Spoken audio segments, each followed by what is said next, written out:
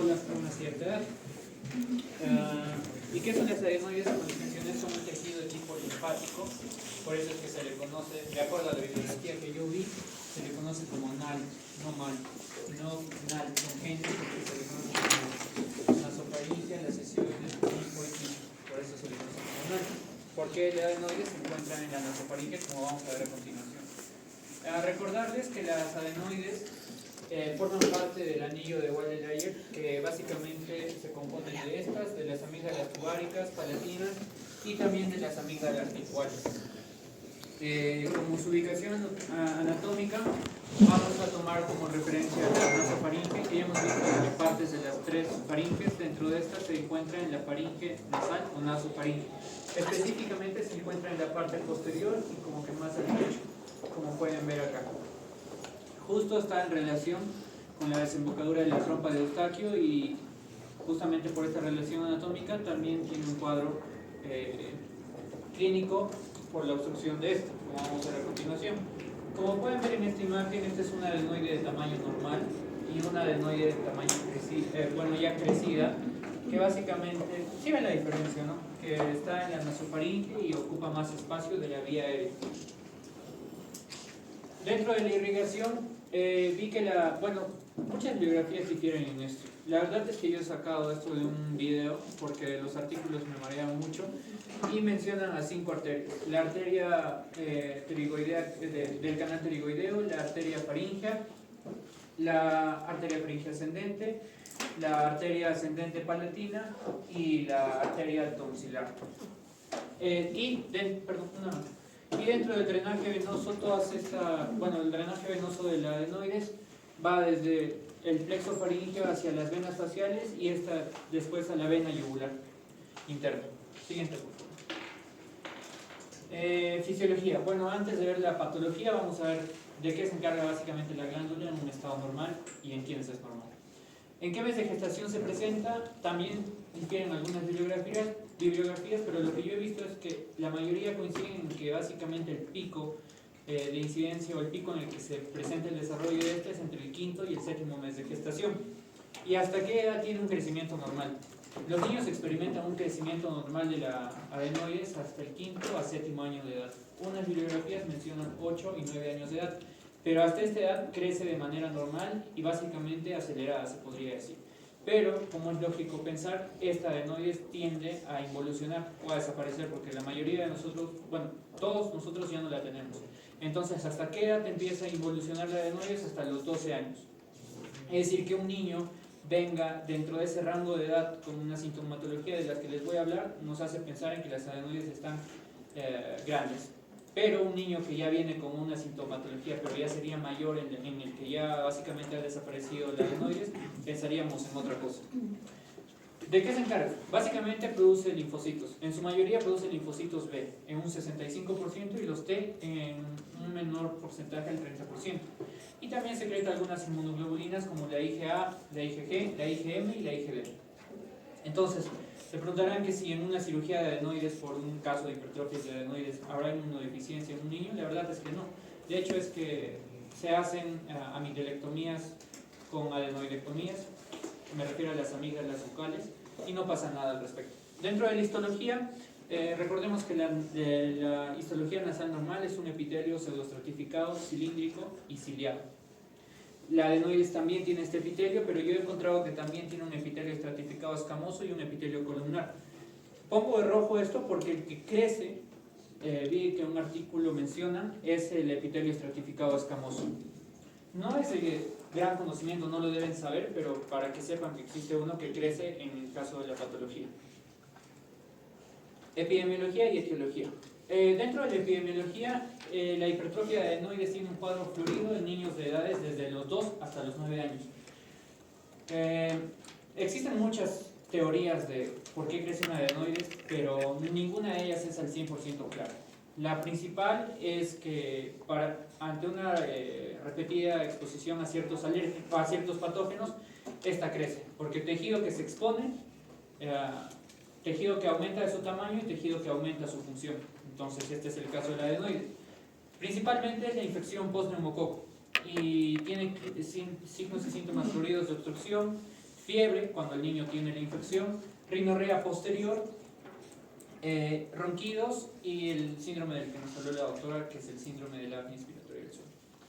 Los patógenos virales asociados básicamente son los adenovirus, coronavirus, coxsackiovirus y un montón de virus que ustedes se pueden imaginar que cualquier niño tenga que influya en el crecimiento de la adenoides, porque es un tejido que va a responder ante una infección y va a aumentar su tamaño y va a dar síntomas de obstrucción, signos y síntomas de obstrucción. Y también se mencionan algunos factores ambientales relacionados a alérgenos como el humo y contaminación, y en unas bibliografías mencionan a la enfermedad por reflujo gastroesofágico. De todo esto se tiene que llevar que cualquier niño que esté expuesto a una infección por cualquier sea el microorganismo puede desarrollar una hipertrofia adenoidea porque es un tejido especializado para responder a infecciones. Entonces este responde aumentando su tamaño y también su función. Pero la clínica es básicamente por el aumento de su tamaño. Siguiente, por favor. Bueno, dentro de la fisiopatología y semiología he combinado estos dos en una sola diapositiva para que entiendan todo el cuadro y ya no tengan que estudiar nada más si entienden este cuadro. Si un tejido crece, ocupa un lugar que usualmente no debería estar ocupando. En este caso, si la adenoides crece, ocupa un lugar en la nasofaringe que no debería estar ocupando. Por ende, el niño va a tener más dificultad de respirar por la nariz. Básicamente de esto nace todo el cuadro clínico de la hipertrofia adenoidea, porque ya saben en quiénes es frecuente, por qué se da y ahora vamos a ver qué es lo que se da. La exposición a factores de riesgo y genéticos, como ya les mencioné, las infecciones, el crecimiento adenoideo, básicamente es el crecimiento del epitelio estratificado escamoso que les mencioné. Acá hay un dilema, porque algunas bibliografías que mencioné hablaban de adenoiditis crónica, adenoiditis aguda, adenoiditis recurrente, pero he consultado con más bibliografías y dicen que es difícil como tal dar un diagnóstico de adenoiditis. La hipertrofia de adenoides sí es un proceso crónico en un niño que está expuesto constantemente a factores ambientales. Entonces, con lo que nos tendremos que quedar nosotros es que la hipertrofia adenoidea es un crecimiento anormal de la adenoides que ocupa un espacio que no debería estar ocupando usualmente. No es hiperplasia, porque no aumentan las cantidades de células, pero sí es hipertrofia. Y dentro de los signos y síntomas, como les puse acá, todo nace de la obstrucción. Si obviamente en la nasofaringe está la adenoides que ocupa un lugar que no debería estar ocupando, el paso del aire ya no es el mismo. Entonces, como mecanismo de compensación, el niño va a tener que respirar por la boca. Tampoco que se va a morir porque puede respirar por la boca. Y entonces, los signos y síntomas característicos que presentan son los ronquidos con apnea del sueño, rinorrea que ya les mencioné posterior, pueden hacer una otitis media recurrente. ¿Por qué? Porque justo la adenoides está en relación con la desembocadura de la trompa de Eustaquio. Y al obstruir esta desembocadura de la trompa de Eustaquio, obviamente su drenaje, puede causar una otitis media recurrente. Respiración oral y alteración en la calidad de vida y el aprendizaje. Al menos todos los pacientes que hemos visto en consulta, que eran unos 3 niños con hipertrofia de adenoides, referían lo mismo. Los pacientes refieren, bueno, los papás son los que refieren que el niño no puede dormir bien, que se levanta de noche y que al día siguiente está hiperactivo. Entonces, y también tiene algunos déficits de atención. Entonces, los niños también buscan como mecanismo de compensación respirar por la boca. Y gracias a esta respiración oral es lo que nace la fascia adenoidea, que curiosamente tenían los 3 niños que hemos visto como mis compañeros de rotación. Los niños tienen una cara un poco más alargada. Básicamente tienen la boca abierta todo el tiempo y los dientes no son alineados, son como un poco chuecos. Y cuando examinamos la boca de los niños, el paladar era mucho más cóncavo hacia arriba, era más elevado.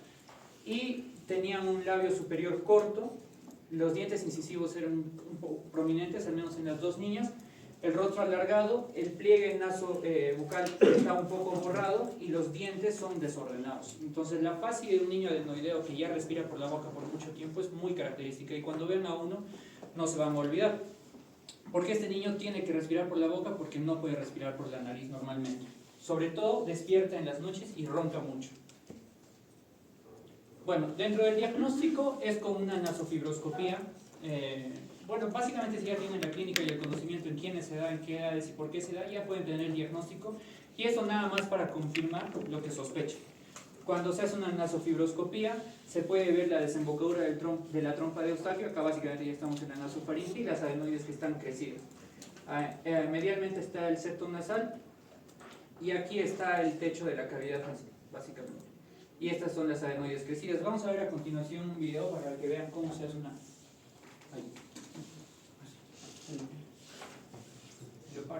Transnasal endoscopy and anatomical tutorial produced by Fokker Ear, Nose and Throat Consultants of Wilmington, Virginia. Endoscopy is ready to commence. Here we have a view of the anterior nasal cavity. The inferior turbinate is what humidifies Básicamente the está air. entrando por la cavidad. The endoscope is being passed through the nasal cavity to the posterior aspect. Transnasal endoscopy and anatomical tutorial produced by Fokker Ear, Nose and Throat Consultants of Wilmington, Virginia. Endoscopy is ready to commence. Baby model. Entonces, esto básicamente es una endoscopía normal.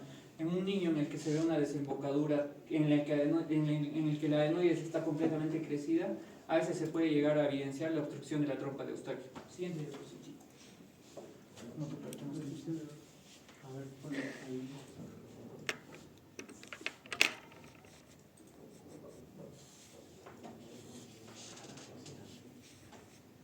Y aquí este es un video en el que sí se evidencia la hipertrofia de adenoides.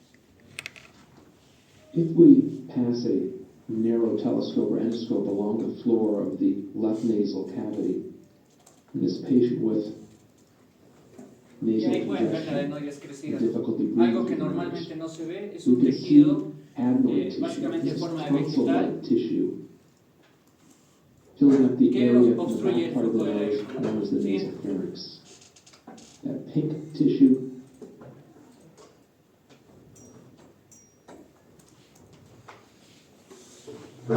Bueno, ya que hemos visto cómo crece y qué síntomas da, vamos a ver una clasificación.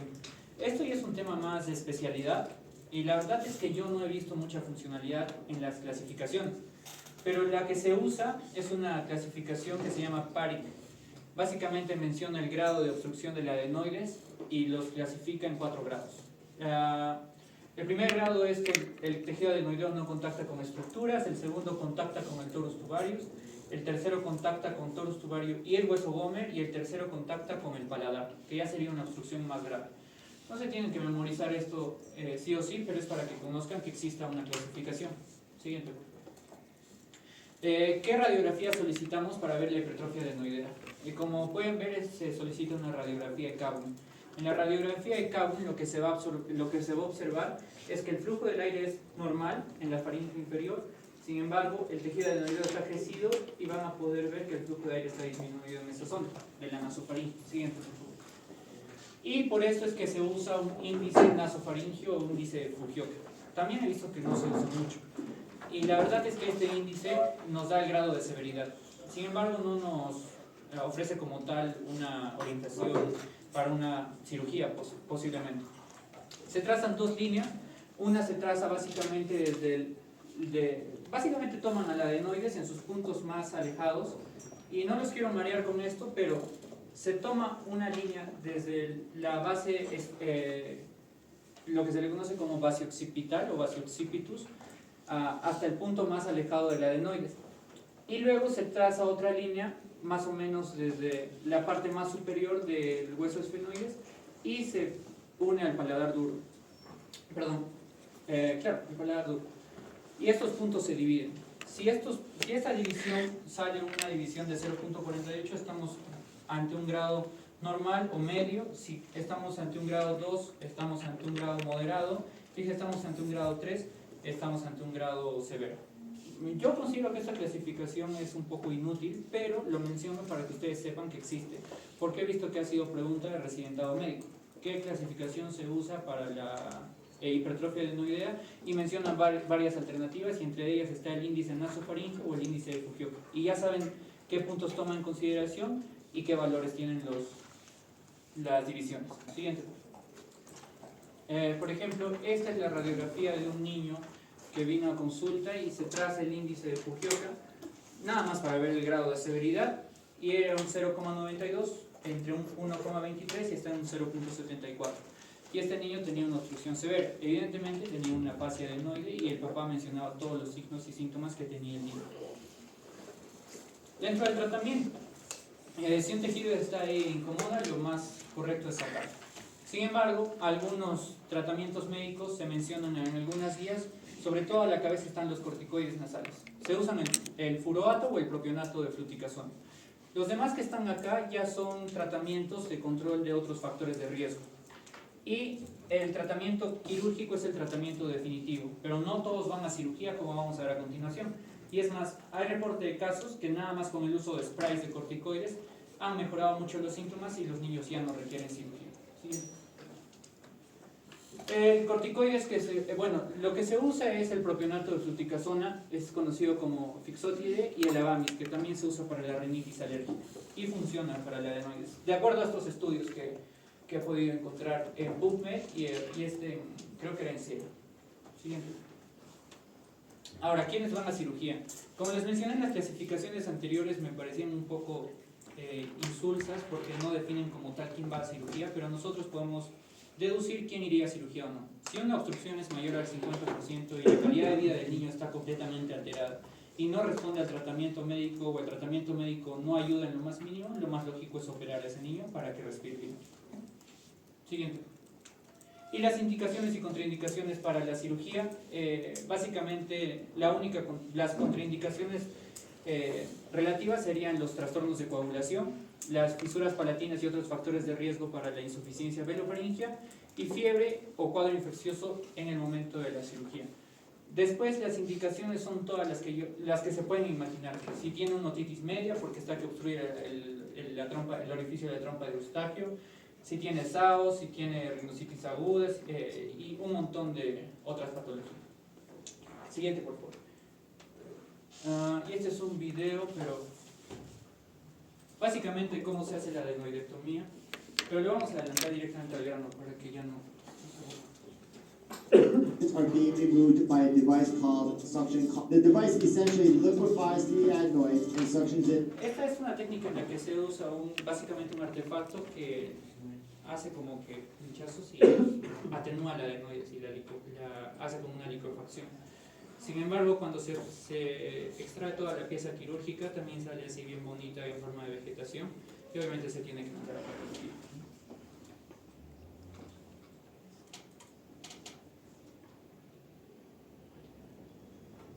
Y eso es todo. Ahora, dentro de las diferencias que les iba a mencionar con lo que han expuesto mis compañeros en la anterior clase, que es la extracción de amígdalas bucales, la adenoides puede volver a crecer. Las amígdalas bucales no crecen, pero se han reportado casos en los que después de la adenoidectomía volvió a crecer el tejido. Además que las amígdalas bucales tienen como una pseudocápsula o una cápsula, mientras que las adenoides no. Y esas serían básicamente dos diferencias en las que ustedes podrían diferenciar estos dos tipos de tejido que conforman el anillo de Waldeck-Gallier. Mencionando eso y esto. Gracias. Muy bien, mientras se prepara tu otro compañero, a ver tus preguntas.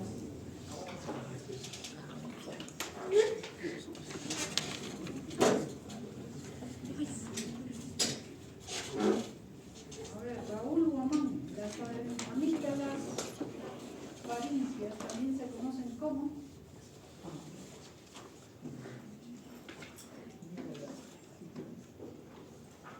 ¿Tú qué dices?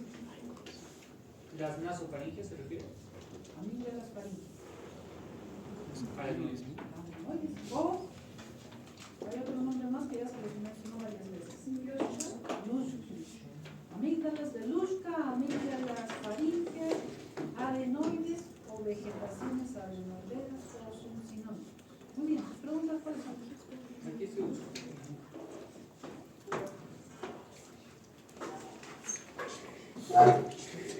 Ya las tengo. A ver, siguiente pregunta entonces. ¿Cuál es el agente más común que causa una inflamación aguda de las adenoides? Amemoalfaringitis. El neumococo. Sí. Siguiente pregunta, Gonzalo González. Completa la siguiente frase. Las adenoides son un tipo de tejido que pertenece al anillo de... ¿Está Gonzalo?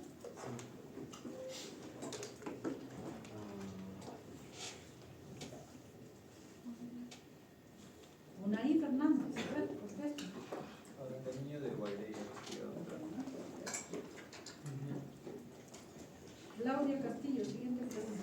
¿A partir de qué mes de gestación se presenta la aparición de este tejido? Claudia.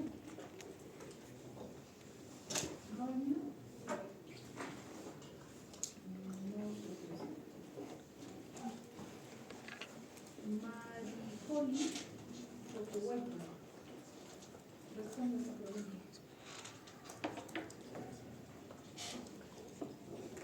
Repítelo, por favor. A ver, ¿está Maricoli?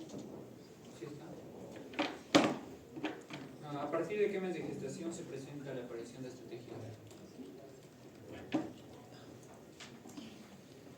Nada, tampoco. Gabriela Carpio. Del quinto al séptimo mes.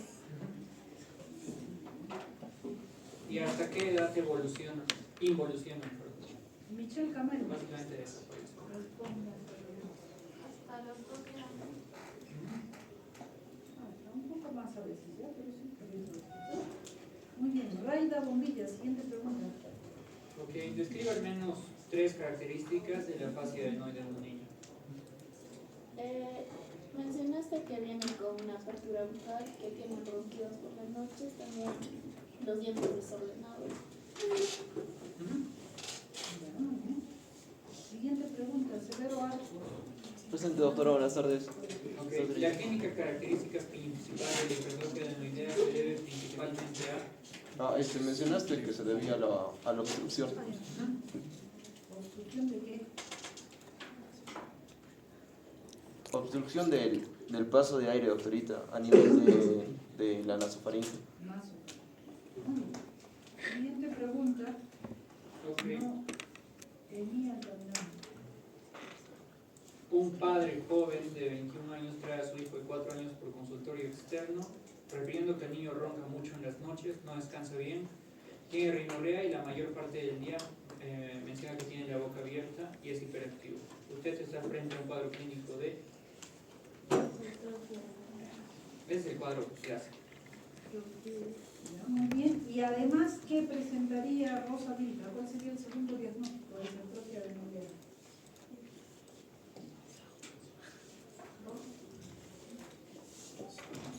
¿No estábamos? Emily Vera.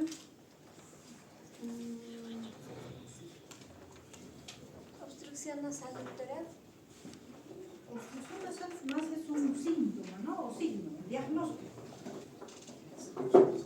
¿Cuál sería? ¿No? Gozo atragantado. Cuerpo extraño. Síndrome de apnea obstructiva del sueño. ¿Por qué es ese síndrome? Por la hipertrofia adenoidea. Muy bien, seguimos entonces, gracias.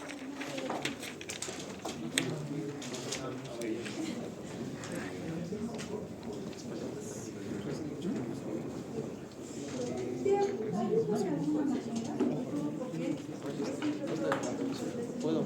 Sí, es que esos temas son súper cortos, ¿no?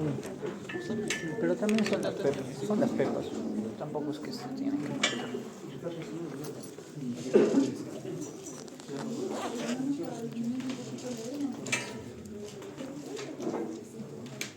Ana, Ahorita Mali, buenas tardes, compañeros, buenas tardes. Hoy vamos a hablar de una patología bastante interesante y más frecuente de lo que parece.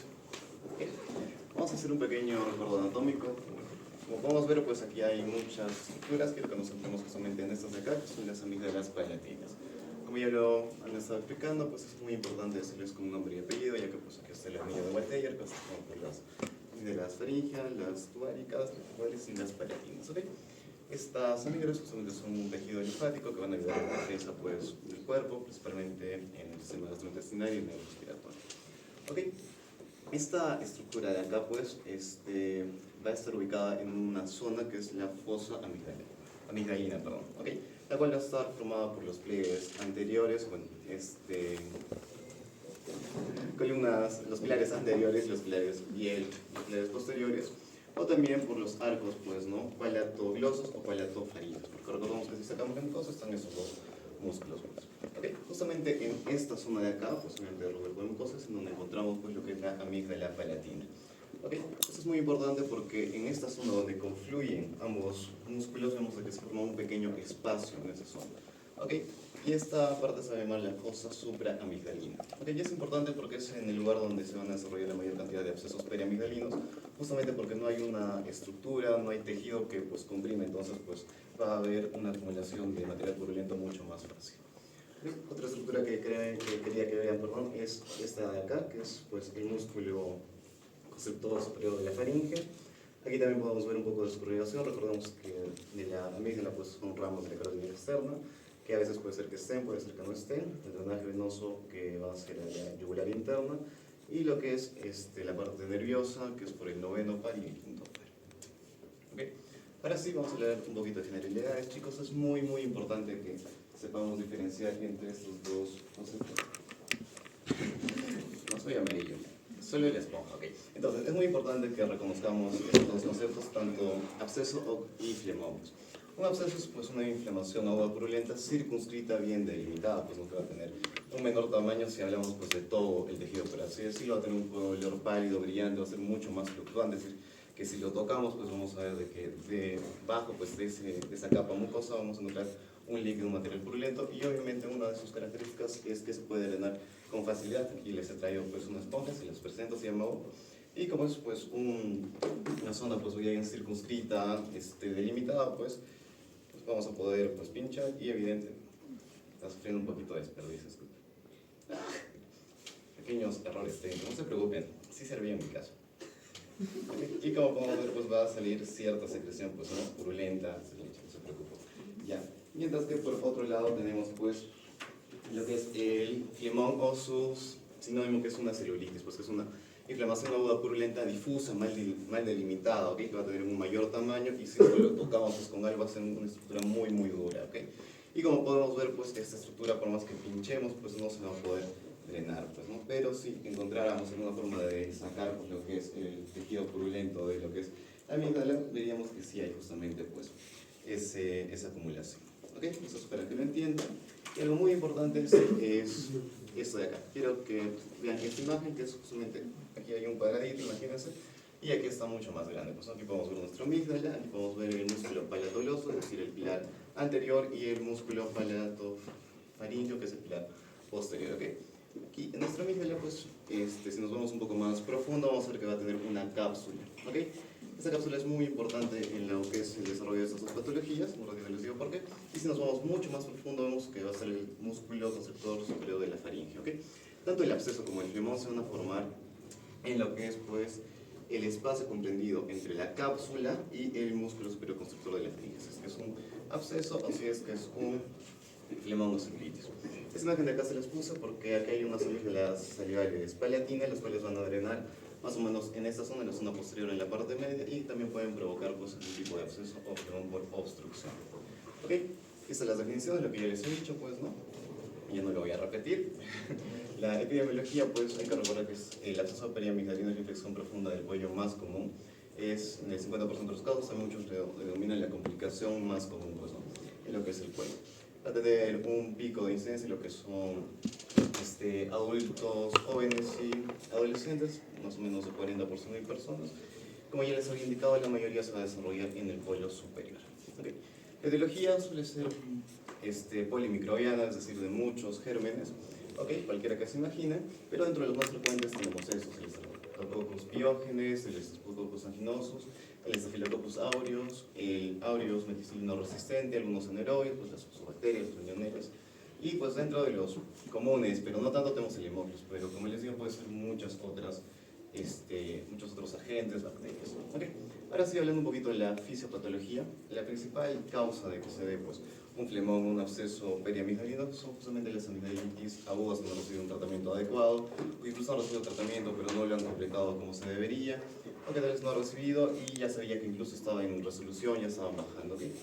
Y en donde pues recordemos que en esta zona pues va a haber gran cantidad pues, ¿no? de bacterias, patógenos, los cuales van a empezar a migrar y se van a ubicar justamente en lo que es pues, ¿no? entre la cápsula y el músculo constrictor superior de la faringe. Pues. Otras causas, las amigdalitis crónicas, los amigelectomizados con extirpación incompleta de las amígdalas. ¿Esto por qué? Porque justamente la cicatriz y la retracción de los tejidos es un lugar pues, propicio para que estos gérmenes crezcan. ¿Okay? Otros menos comunes, pero que igual puede ser, propagación de focos infecciosos dentales, por ejemplo, pues un absceso dental. Secundario, una mastitis de sol, que es justamente una infección de la coditis mastoide del oído, pues por continuidad va a llegar a esta zona, y la obstrucción de glándulas salivales palatinas o de Weber, que ya se les he mostrado hace 2 diapositivas. Ok, ahora sí, ya estamos en la clínica, chicos. Es muy importante que se aprenda en la clínica porque justamente el diagnóstico se realiza por la clínica. Ok, vamos a tener una presentación típica que va a tener pues estos 5 puntos. Ok, el primero es un dolor de garganta intenso, generalmente unilateral. Estas patologías, tanto el flemón como el absceso, puede ser siempre de una sola amígdala, bueno, de un solo espacio periamigdalar. Okay. Van a ir con odinofagia, justamente pues porque esto va a estar inflamado, con mucha irritación, entonces el paciente pues, le va a doler al momento de pasar los alimentos. Y disfagia porque, como podemos ver, van a haber diversos grados, pues, ¿no? O puede ser unos chiquititos, abscesos mucho más grandes, pero que puede generar pues, esta dificultad justamente para poder comer de los alimentos. Una voz apagada o en patata caliente o amigdalina. El trismo, que justamente es esta incapacidad o esta dificultad para que el paciente pueda abrir adecuadamente la boca. Eso se va a producir justamente por la irritación propia de todos los mecanismos inflamatorios y por el espasmo reflejo del músculo pterigoideo interno. Y por último, una amígdala extremadamente inflamada, pues como vemos en este caso, y la úvula va a irse al lado contralateral, pues en este caso está muy inflamada, incluso la úvula ya está llegando pues, a lo que son los carrillos, los pilares del lado contrario. Okay. Otros síntomas: dolor de cuello, oído, fatiga, incluso abultamiento del paladar blando. Okay. En niños, esta suele ser un poquito diferente. Okay, vamos a ver incluso pues, abultamiento, ¿no? de las amigdalinas, un exudado, y muchas veces no puede haber ni trismo ni desviación uvular. Ahora, la presentación bilateral, chicos, sí es muy rara, y esta sí es de diagnóstico difícil, porque obviamente los pacientes muchas veces no van a tener ni trismo ni desviación uvular, y vamos a ver solo 2 masas ahí que se pueden confundir con una amigdalitis crónica, o incluso pueden pensar que son tumores, o si no son muy grandes pueden pensar que el paciente es así. ¿Okay? Como les había dicho, el diagnóstico es muy importante en la clínica porque se realiza con la clínica. ¿Okay? Y aquí pues vemos de que un absceso, que esta parte seguramente va a ser la más fluctuante. Si esta es una punción con aguja, vamos a ver que va a salir pus, lo cual nos dice pues, que es un absceso. En caso de duda diagnóstica, que el paciente tenga mucho trismo, no pueda abrir bien la boca, podemos utilizar lo que es la ecografía intraoral o submandibular, chicos. ¿Okay? Esto obviamente depende si es que el paciente te colabora, no te colabora, es más pequeño. ¿Okay? Y si seguimos teniendo la duda diagnóstica, lo que nos recomiendan pues, es de que antes de pasar con las imágenes nos vayamos a la prueba antibiótica de 24 horas. ¿Esto por qué? Porque nos dicen que las radiografías o la tomografía pues vamos a someter al paciente a lo que es la radiación, que muchas veces la radiografía no es muy específica y que la TC o la radiografía, o la resonancia magnética con contraste solo pues, son estudios muy avanzados, que eso deberían ser en sospecha de otras lesiones. Y que como estamos pensando pues, que es una infección, un proceso infeccioso, mientras más tiempo pasa, mientras más tiempo retrasamos el tratamiento, puede ser peor para el paciente. Okay, y por eso, si es que seguimos con dudas pues, de la ecografía, pasamos a la prueba antibiótica de 24 horas, que simplemente es darle el tratamiento, que lo vamos a hacer en un ratito, y ver pues, que el paciente mejore pues, en uno de los parámetros clínicos, tanto como es el dolor, la fiebre, y etcétera, pues, ¿no? El trismo, pues que también pueda ya abrir mejor la boca. Okay, ahora vamos a ver algunos diagnósticos diferenciales. Hay muchos, les he puesto 4, que son los principales: una epiglottitis, absceso celular de la faringia, absceso del espacio parafaringio y faringoamigdalitis grave. De la misma manera hay pues, muchas complicaciones. Es una zona pues, que está en relación con muchas otras estructuras: obstrucción de la vía aérea, neumonía por aspiración, trombosis de la vena yugular interna, septicemia, mediastinitis, secuelas por la infección del estreptococos del grupo A, etc. En tanto, el manejo es muy parecido de ambos casos. El primero reconoce que es un absceso, y absceso drenado, absceso curado.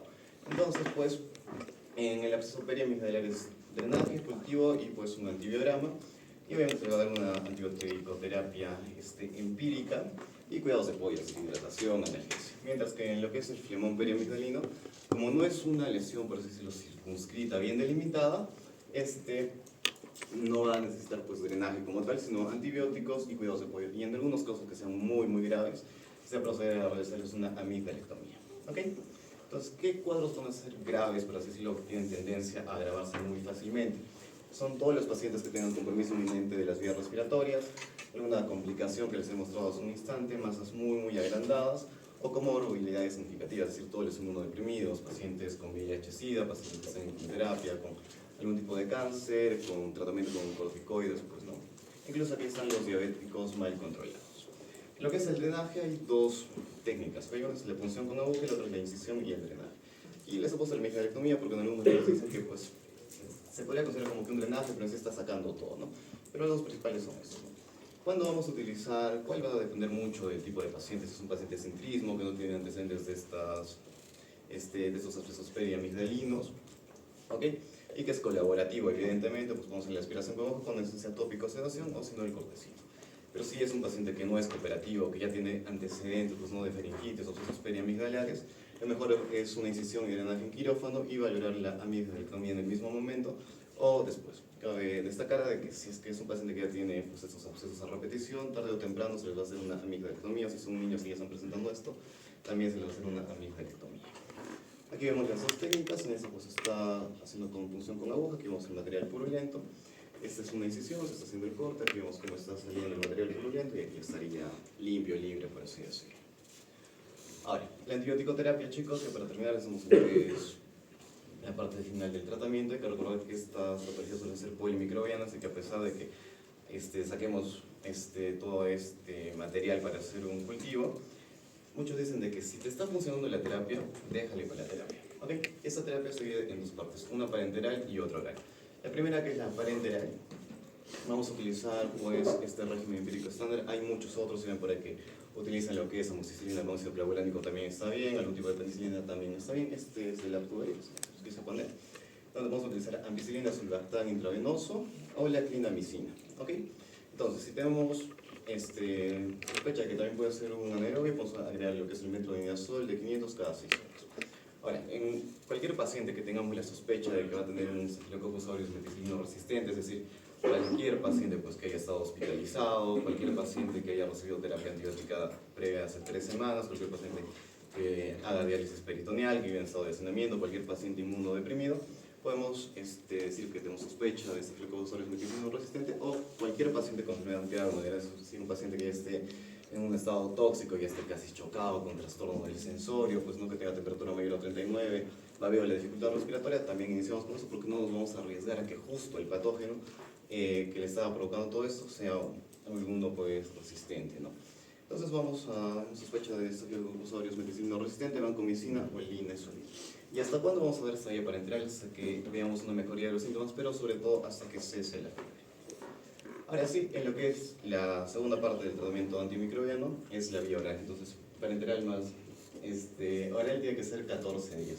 Ok, el régimen estándar es pues amoxicilina más ácido clavulánico en niños y adultos y la clindamicina si es que te ha respondido bien.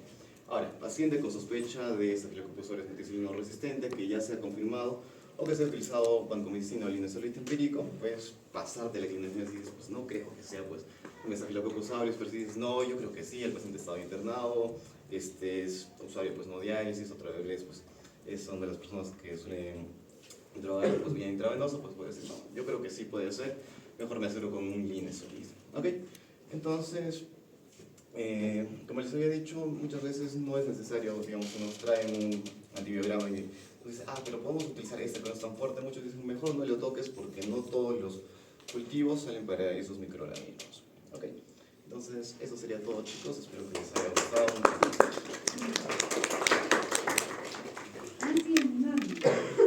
La amigdalectomía, ¿en qué momento se hace? Depende mucho, doctorita, como les indiqué, si es que ya hay un compromiso inminente de las vías respiratorias, son pacientes inmunocomprimidos, son masas muy grandes, se puede realizar en el mismo momento, doctorita, porque hay riesgo pues, de que ese paciente, hay riesgo vital, por así decirlo, y si no, se puede realizar 2 o 3 semanas después de realizar el drenaje o el tratamiento antibiótico, ya cuando la inflamación haya bajado un poco. Lo ideal es eso, hacerlo después de que haya pasado el proceso inflamatorio.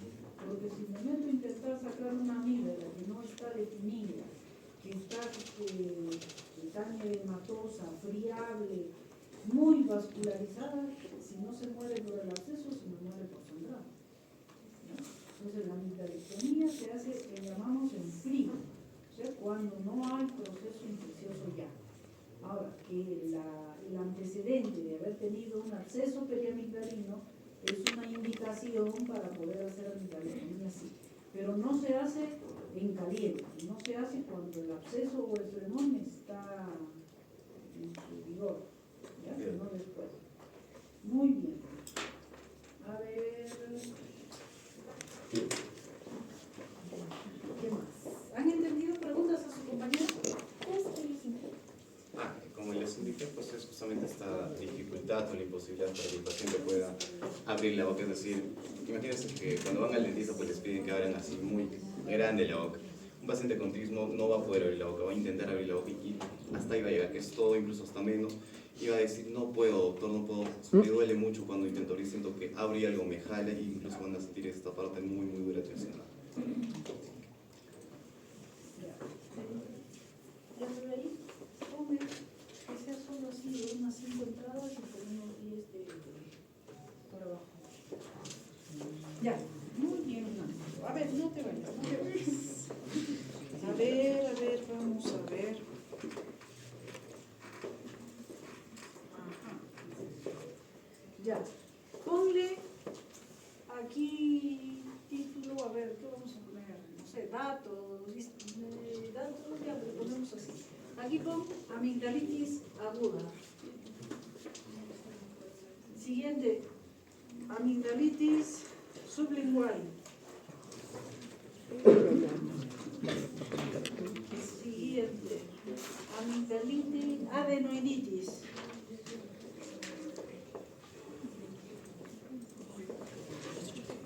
Siguiente, flemón periamigdalino. Pero no es diagnosticable. O absceso, ¿ya? Sí lo es. Muy bien, eso lo podrías agrandar un poquito. Y a ver, vamos a hacer Lluvia. un cuadro de diferencias. A ver, amigdalitis aguda, Efraín, No. pasa por aquí, Tanto. Giancarlo,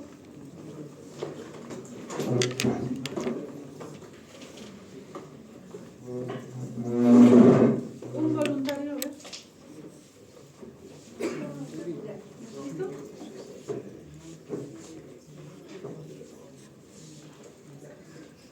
Entonces, miren, vamos a hacer las diferencias de estas patologías.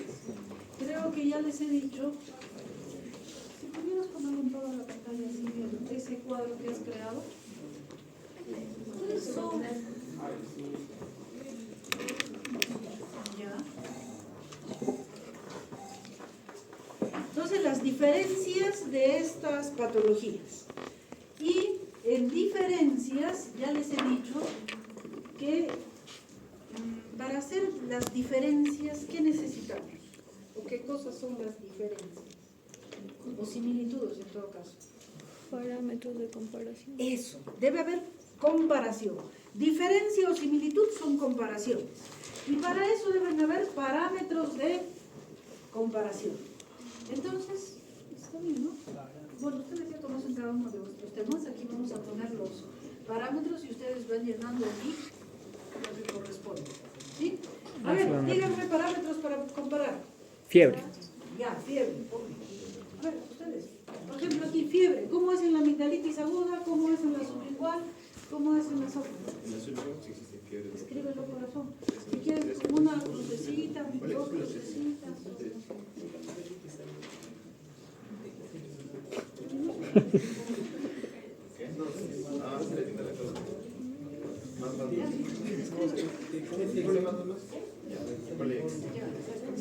Ponle 3X, Santo.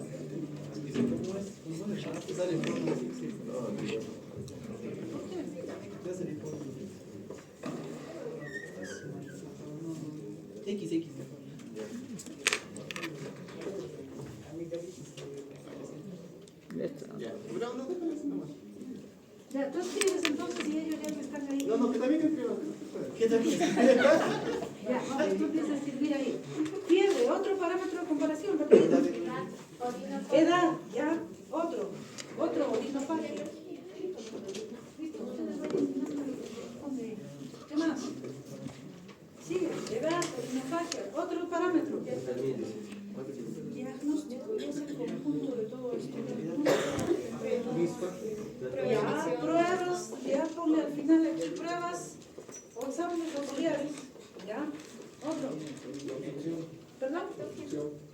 ¿Obstrucción? ¿Alguien dijo obstrucción o Obstrucción. ¿Obstrucción de qué? Aquí ponle obstrucción. Entonces, claro, aquí ya llenará dónde es nasal y dónde es faringe. A ver, otro. Por ejemplo, aquí ponle tipo de voz.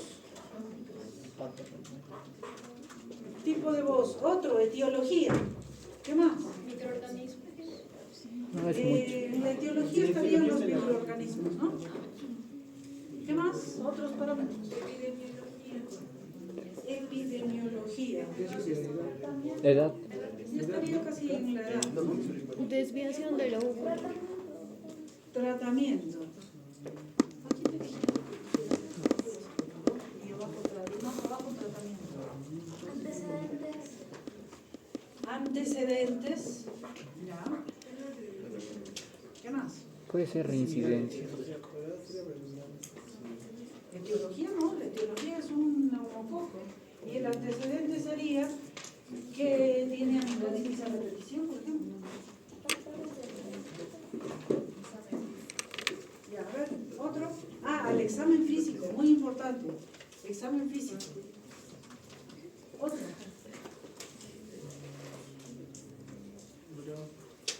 ¿Ya? Sí. Más, vienen, pues sí. Vienen lo que corresponde. A ver, mientras tanto, los demás. Ya. A ver, aquí en adenoiditis. Fiebre. No. Sí, hay fiebre. Pero poco. Itis, ¿sabes? Ah, Puede haber fiebre importante. ¿Edad? ¿Qué edad? de 2 a 9 años. Niños entre 2 a 9 años. ¿Ah? Odinofagia, ¿existe? No. Odinofagia prácticamente no existiría. ¿Obstrucción? Sí. Sí hay obstrucción de la nasofaringe, ¿no? ¿Qué más? ¿Tipo de voz? ¿Qué voz habría? Voz nasal. Rinolalia o voz nasal. ¿En la etiología cuál sería de la adenoiditis? Neumococo, básicamente. Ya, en la mayoría, casi en todos, es el neumococo. Neumococo. Ya. ¿Qué más? ¿Tratamiento? ¿Qué Adenoidectomía. antibiótico? Pues sí, el antibiótico es muy bajo. ¿Qué En antibiótico? adenoidectomía. Adenoiditis. Adenoiditis.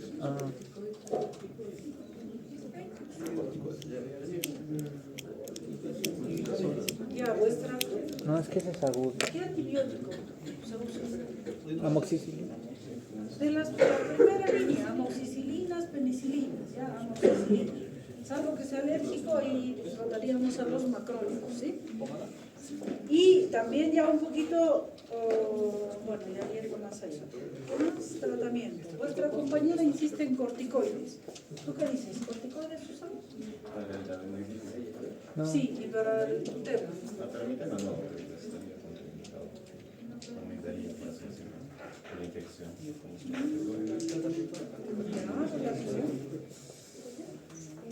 Ya, a ver, ¿qué más? Antecedentes. ¿Qué antecedentes habría en la adenoiditis? ¿Podría o no existir antecedentes Infección. de infecciones previas? Al examen físico, súper importante. ¿Qué encontramos en la adenoiditis? Fascia adenoide. Aquí en el examen físico hace así, no pasa nada. En la... Es que cuando lo muevo, Ya, Fernando, hay que volver a ya no lo escribir todo. muevas, ya. Ya. En el examen físico de la adenoiditis, ¿qué encontraríamos? Esa ya es en hipertrofia. Eso. Adenoiditis, ¿qué es esto? Fiebre. Otro podría ser,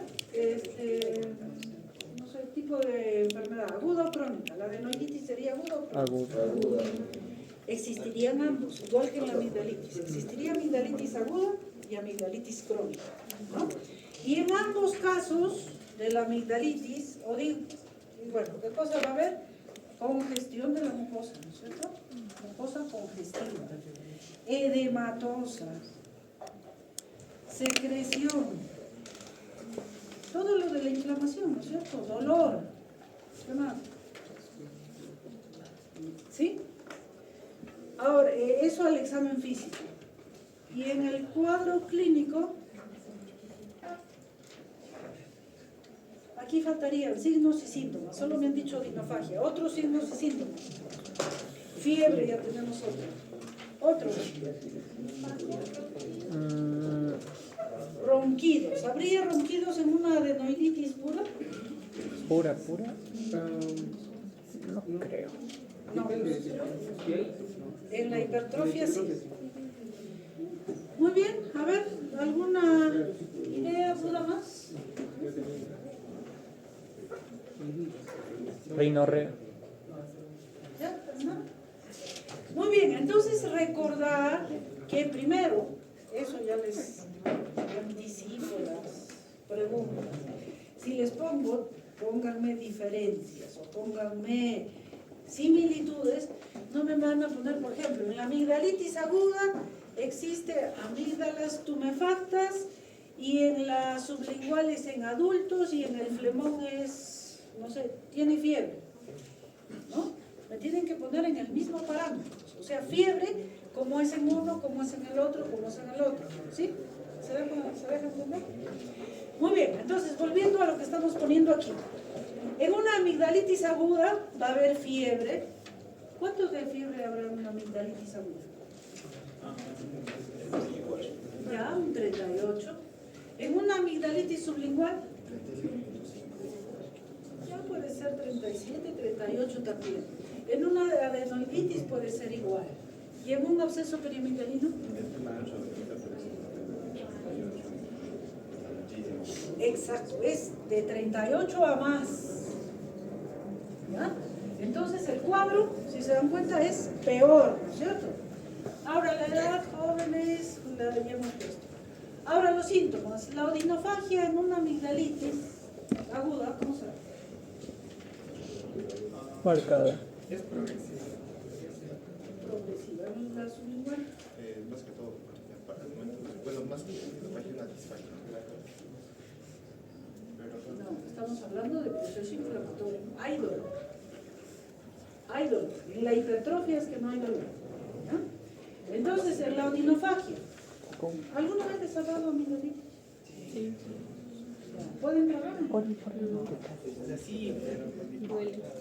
Sí, pero con dificultad y con dolor. O sea, por decir, a ver, del 1 al 10, odinofagia, ¿cuánto grado?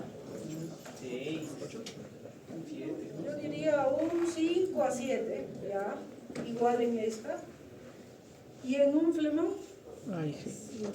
Casi 10. 9. Sí, aquí es un montón, tanto, y eso es importante para que tengan en cuenta y recuerden, tanto que el paciente no quiere tragar ni la saliva porque le duele muchísimo. Por eso es que tiene cialorrea el paciente que tiene un flemón o absceso periamigdalino, porque se niega siquiera a tragar la saliva. Otra cosa importante es el dolor es tan intenso que el paciente tampoco quiere hablar. Es muy típico que llega el paciente y codea al acompañante para que sea él que diga o responda a las preguntas, porque al hablar también se mueve la musculatura faríngea y el paciente está tan adolorido que no quiere mover. Entonces el dolor es súper intenso en un flemón o absceso periamigdalino. ¿Qué más? Obstrucción.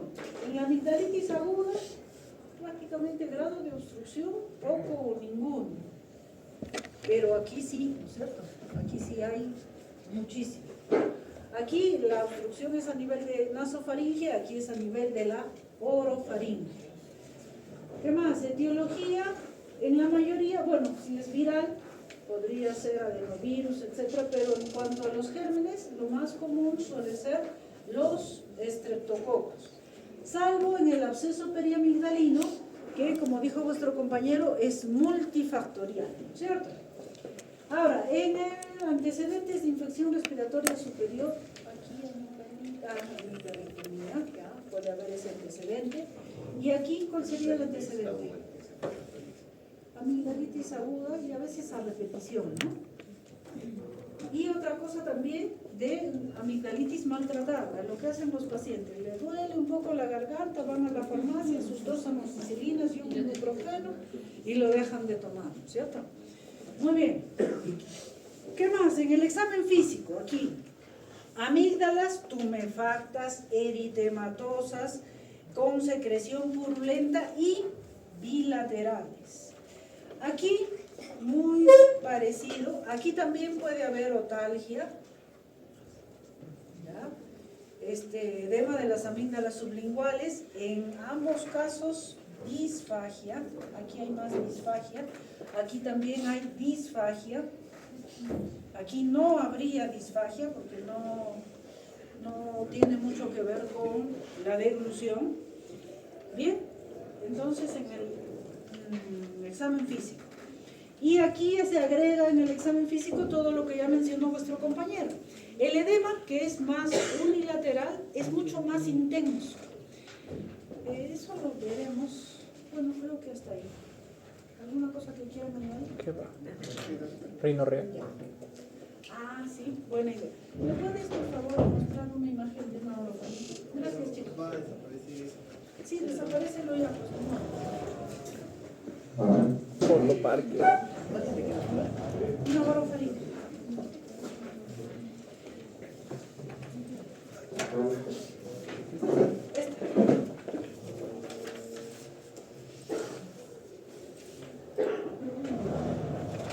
Bien, entonces siguiendo con las diferencias, primero, en una, no es igual, en una, a ver, amigdalitis aguda, amigdalitis palatina, ¿no? La amígdala palatina está aquí. No se ve. Eso, mejor la otra, había otra aquí, porque esta se ve muy roja, no sé. Esta.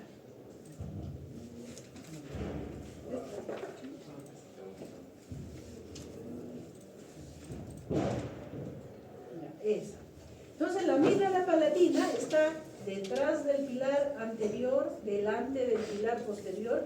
Ahí está la amígdala palatina, ¿cierto? Las adenoides estaría aquí detrás.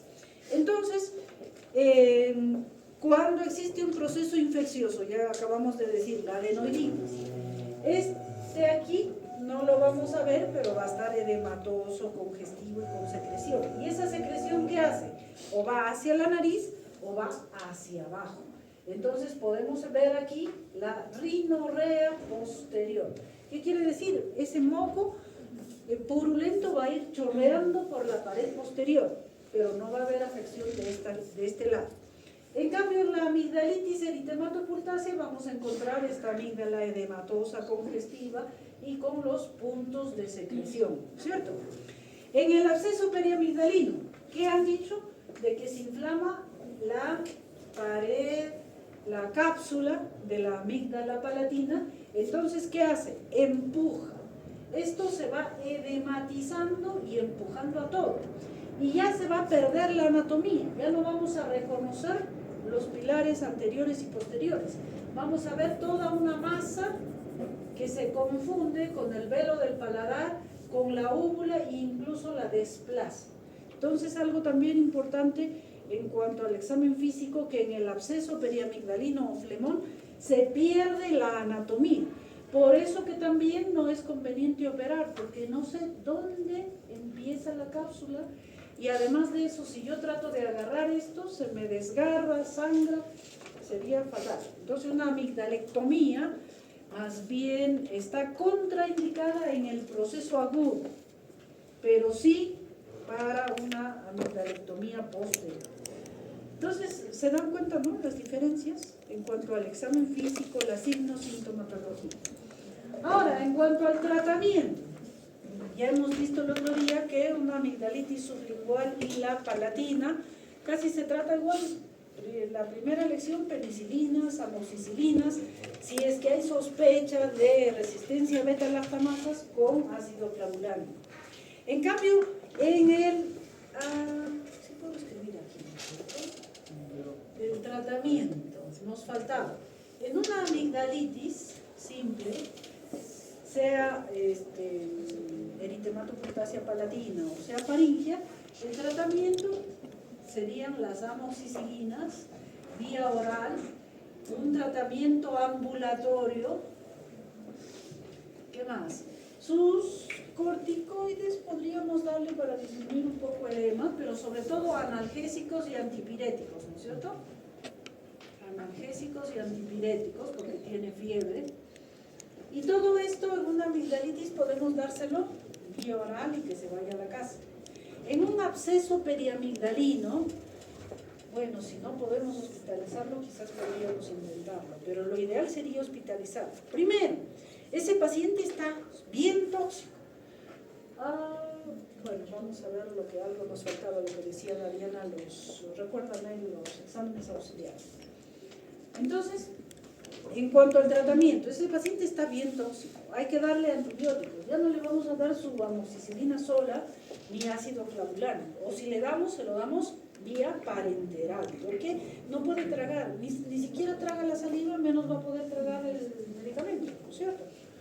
Igual los analgésicos, entonces generalmente hospitalizados, y si no tragan ni siquiera la saliva, es también un paciente que está en riesgo de deshidratación, entonces hay que ponerle su vía parenteral.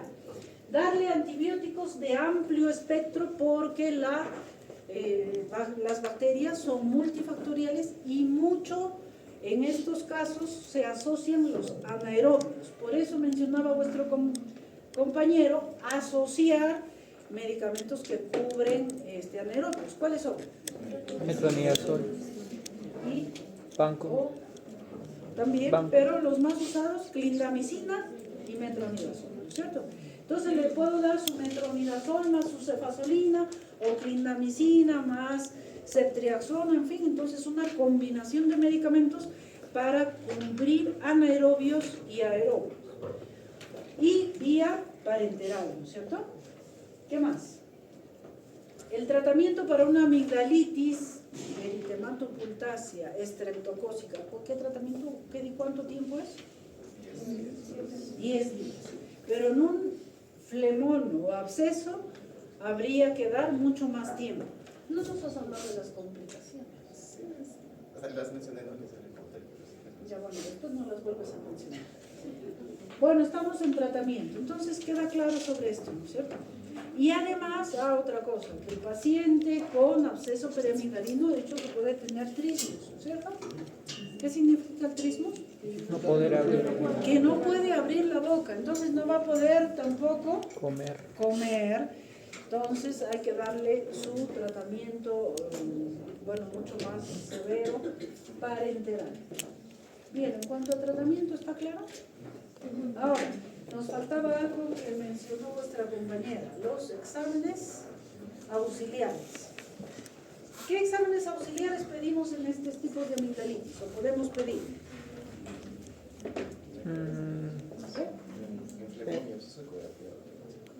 Ya, pero antes mucho más Hemograma. simple y mucho más rápido. ¿Qué vamos a encontrar en un hemograma? Leucocitosis. Leucocitosis. Y en eso también la diferencia.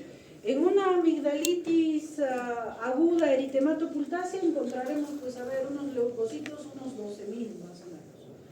En un flemón, ¿cuándo encontraremos? Unos 20.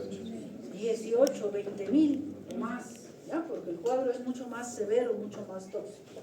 Una velocidad de sedimentación. En un paciente con amigdalitis aguda, pues estará, no sé, ligeramente elevada, en un absceso está súper elevada, ¿no es cierto? La proteína C reactiva también. Otros exámenes en cuanto a ecografía puede ser en una adenoiditis, una ecografía no nos sirve. En una amigdalitis eritematopulácea tampoco sería muy útil, ¿no? Pero sí en el absceso, y más, ¿qué objetivo tendría que ser la ecografía? Delimitar la extensión. Eso, para hacer la diferencia entre flemón y absceso y ver dónde está el absceso para poder drenarlo. En los otros no nos sería tan útil, ¿no es cierto? Ahora, ¿qué otro examen más?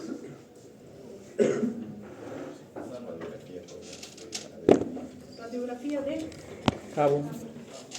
la radiografía de Cabo, bueno, No Vamos a ver ayudaríamos. un poco de hematoso, más sería para ver hipertrofia, no sería de una ayuda un poco dudosa. ¿Qué más? Una tomografía, ¿en qué caso pedimos? Ahí, si es que el flemón sería bilateral, podríamos pedir una tomografía. Porque no ¿Para es qué? capaz de descartar alguna tumoración o no sé qué. No sé, supongo que por ahí. Eso, para ver la extensión y sobre todo ver las complicaciones de las que nos va a volver a hablar nuestro compañero.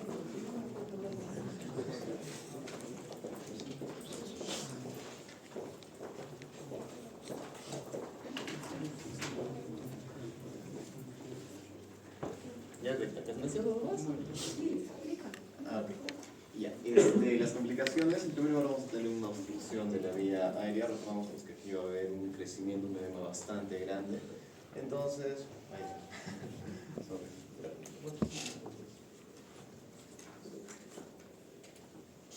en este caso, en donde vemos pues, que está bastante grande, edematizada y sobre la anatomía, puede haber una obstrucción de lo que sería la vía aérea. Eso puede llegar a crecer mucho más. Luego, la neumonía por aspiración es una neumonía aspirativa de cualquier tipo, que creo que todo el mundo ya sabe su definición. En este caso es que el absceso se rompe en las vías respiratorias. Esto incluso podría ser una complicación de la aspiración, pero de la punción. La septicemia es justamente que este cuadro, que por así decirlo está localizado a nivel periamigdalar, pues pase a otros lugares, a otras estructuras, a la sangre, incluso se puede derivar en un shock séptico. La trombosis de la vena yugular interna, vamos a ver de que, como les dije, esas patologías, bueno, esta zona está en contacto con muchas otras estructuras, ¿no? Aquí vemos la arteria carótida interna, aquí vemos la vena yugular, pues, ¿no? Y pues justamente toda esta inflamación pues, puede generar de que esto se empiece a comprimir, por así decirlo, y que se genere un flujo turbulento, por llamarlo de alguna manera, y que esto favorezca pues, ¿no? la formación de trombos en esa zona. Ahora, lo que es la rotura de la arteria carótida por el mismo mecanismo, por antigüedad, por así decirlo. Luego, un pseudoneurisma de la arteria carótida, eso está, hay que ver si es que hay un sangrado recurrente en el medio, tenemos que sospechar un pseudoaneurisma, que también es pues, por continuidad. La mediastinitis, porque se va a formar, por así decirlo, un trayecto fistuloso hacia esta zona y va a generar infiltración de lo que es el mediastino, principalmente el mediastino anterior. La fascitis necrotizante, como en cualquier infección, puede llegar a ocurrir pues, una muerte de este tejido y que puede ir progresando. ¿Okay? Esto seguramente lo habrán visto más que todo en miembros superiores, pero también se puede dar en estos casos. Y por último, secuelas de la infección por el Streptococcus del grupo A, que pues ya vamos a hablar de una fiebre reumatoidea o una endocarditis incluso. Vamos a ver una fiebre reumatoidea, pues, ¿no? Que retomamos nuestras clases de cardio y que va a afectar lo que son las variables ahora. ¿Podrías mostrar la pregunta donde anterior?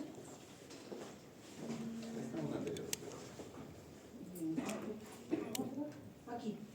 Entonces recuerden, si el absceso se forma aquí, entonces esto es detrás de la cápsula, es un espacio casi virtual de fascias. Entonces el proceso infeccioso podría ir decolando y bajar hasta el mediastino, que resulta ser bastante serio y muchas veces mortal, ¿no es cierto?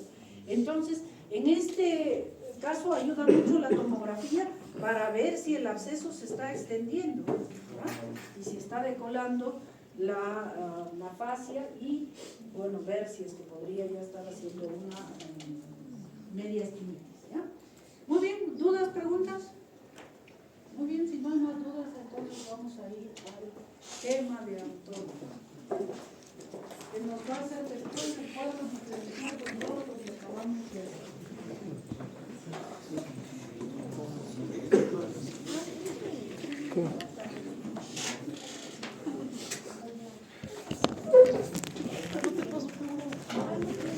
Ahí están grabando.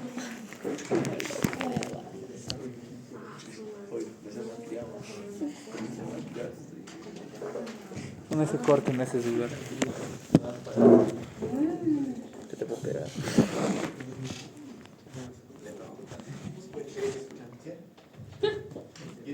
Ahí. Ahí. Con esto. Ya.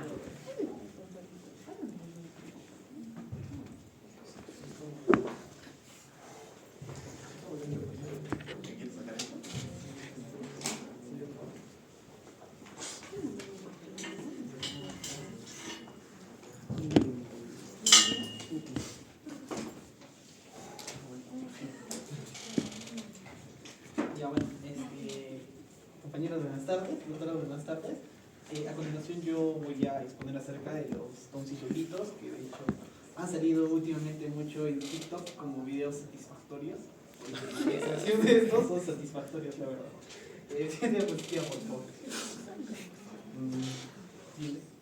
Primero vamos a recordar un poco de anatomía. Estos se ubican principalmente en lo que es las amígdalas palatinas. Estas son dos estructuras de forma ovalada que se encuentran específicamente en lo que se conoce como las fauces, en lo que es la orofaringe. Estas tienen las características de ser ovaloideas y pertenecen al tejido linfoide, sí, que es para defensa de lo que es nuestro organismo. De hecho, si se hace un corte histológico, se puede decir así, vamos a encontrar linfocitos B y linfocitos T. Y específicamente son estas. De hecho, al abrir la boca al paciente y bajarle la lengua, vamos a hacer lo que nosotros vamos a llegar a ver. Bueno, se les conoce como amigdalitos, tonsilolitos o cálculos amigdalianos.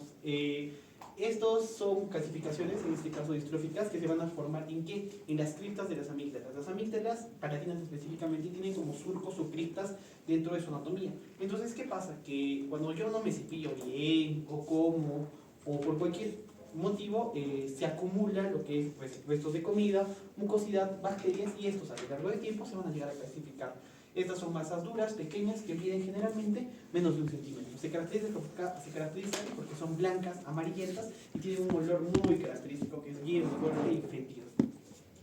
Y bueno, acá podemos verlas. Estas cositas blancas son variables, puede estar en un solo lado, en ambos lados. Podemos tener solo una, como podemos tener varias. El tamaño es muy variable. Sin por favor. Me olvidé decirles, no es necesario. Se desarrollan principalmente lo que son las amígdalas palatinas, pero también las podemos ver en las amígdalas linguales y en las amígdalas faringias. Bueno, entre los factores de riesgo, el más importante, bueno, los dos más importantes que habla la bibliografía es la mala higiene bucal. De hecho, los pacientes que no se cepillan bien, que no usan hilo dental o enjuagues bucales, tienen mayor predisposición a tener eso. Y luego la amigdalitis crónica. ¿Esto debido a qué? Debido a que da bastantes desechos, si se puede decir así. Esto por el grado de inflamación que hay, porque hay abundante producción mucosa, lo cual va a predisponer en algún momento a que se desarrollen estos cálculos amigdalianos.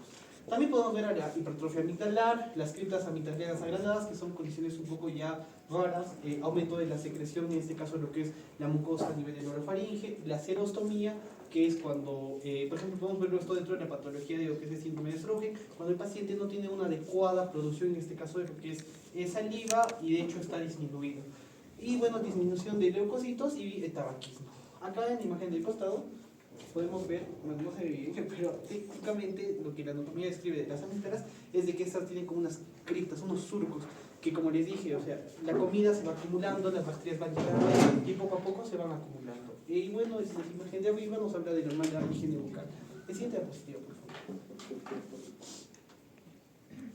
Bueno, ¿qué pasa?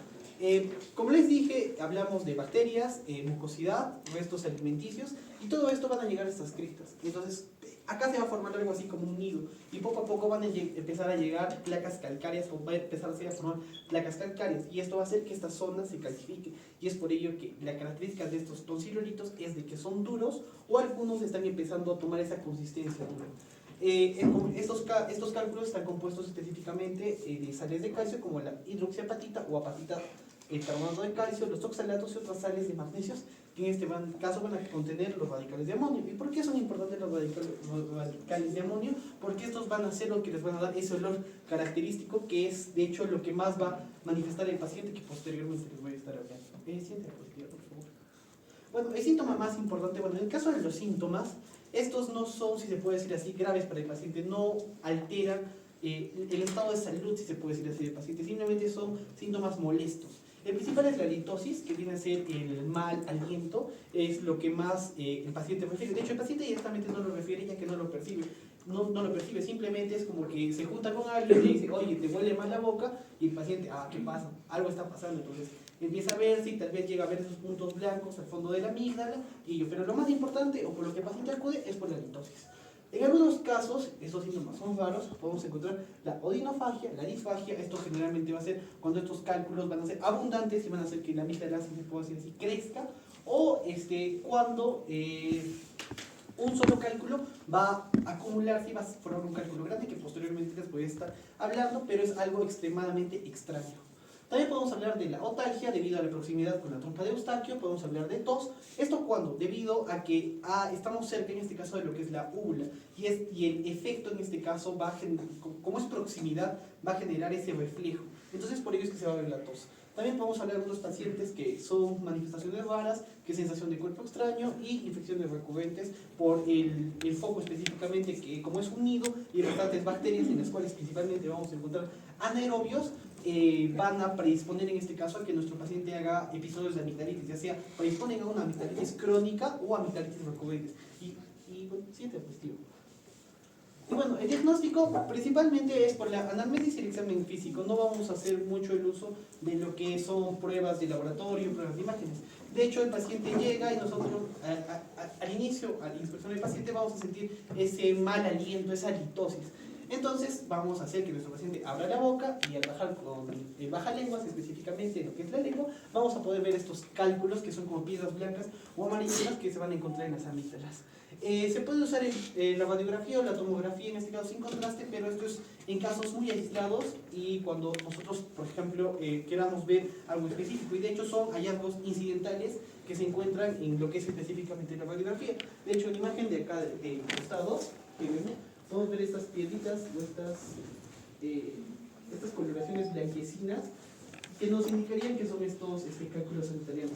De la misma forma acá, que vemos que es un poquito más grande, y al abrir la boca, como les digo, es que ven estas imágenes, todas esas piedritas o esas estructuras medias blancas y amarillentas.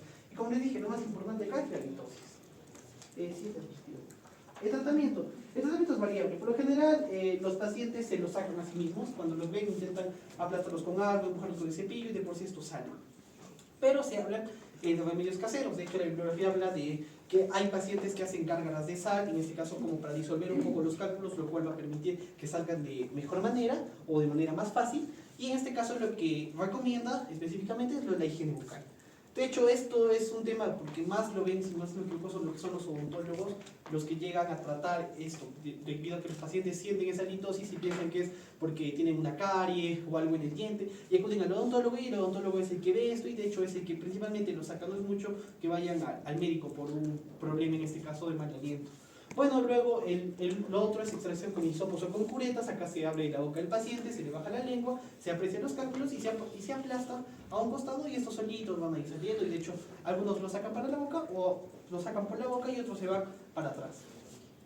Antibióticos, esto es extremadamente raro, de hecho no es que se use siempre, pero se da cuando se asocia a algún tipo de infección, y la amigdalectomía es peor, es extremadamente raro que se haga esto. Esto principalmente se da cuando se ven cuadros de amigdalitis crónica o cuadros de amigdalitis recurrente o en cálculos que son extremadamente grandes. Y bueno, la prevención, lo más importante es mantener una excelente higiene bucal. Acá hay un video satisfactorio, como les dije, se puso de moda en TikTok porque salían en videos satisfactorios de cómo se sacaba.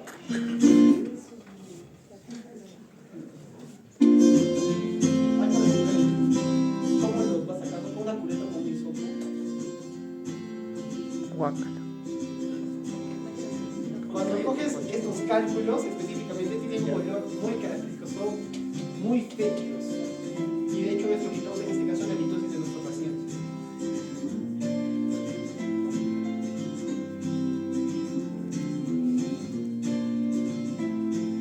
Son esas piedritas blanco-amarillas.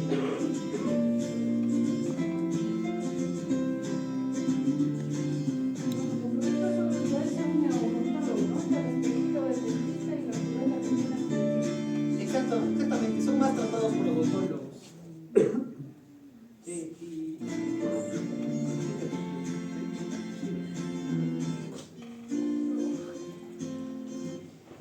Y las complicaciones son extremadamente raras, como les digo. De hecho, la complicación más extraña es cuando este cálculo es extremadamente grande. De hecho, se han reportado casos en los que llegan a medir más de 2.5 centímetros, incluso hasta 3 centímetros. Y de hecho, hay un caso clínico que nos habla de un paciente de 45 años, el cual acude por sentir una tumoración en lo que es la orofaringe específicamente. El paciente que sentía que cepillarse había algo duro ahí, entonces cuando va y se le hace el examen físico, se logra percibir o se logra apreciar esa tumoración, como vemos acá. Y de hecho la cual no tenía edema al costado, no había ciclos inflamatorios, simplemente era algo incómodo al paciente, pero que estaba pasando, que estaba empezando a crecer más y estaba empezando a generar en este caso la dificultad de pasar al paciente, y no solo ello, sino que estaba empezando a desplazar estructuras, que es una de las otras complicaciones cuando son muy grandes. Y de hecho se procedió a la extracción, como vemos acá. En estos casos, como son tan grandes, lo que se recomienda hacer es hacer una amigdalectomía. ¿Eso debido a qué? Debido a que la cripta donde se ha formado ya ha sido agrandada por el espacio, por la masa en este caso de este cálculo. Entonces hay más predisposición a que se vuelva a formar un cálculo del mismo tamaño en la misma zona. Entonces el tratamiento fue, en este caso, retirar lo que es la amígdala palatina, y ese es el cálculo, que medía de 2.5 centímetros. Eso es todo. Muchas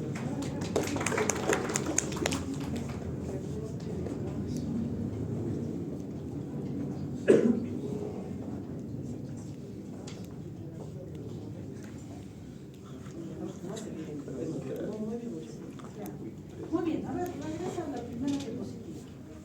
Bueno, no me ha satisfecho.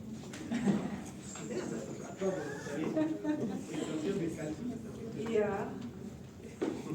A ver, por cierto, hasta tus imágenes. Mira, acá se ve una masa roja y un punto blanco. Si está rojo, daría idea de proceso infeccioso, ¿no? Entonces, no sé, existe otra. A ver, sigue pasando aquí. Esto sigue muy rojo. Ya, ¿debe retroceder? Ahí. Miren, primero, la definición. Pues, muéstrame tu imagen principal representativa.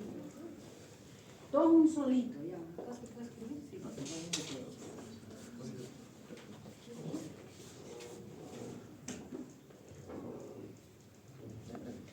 Ya.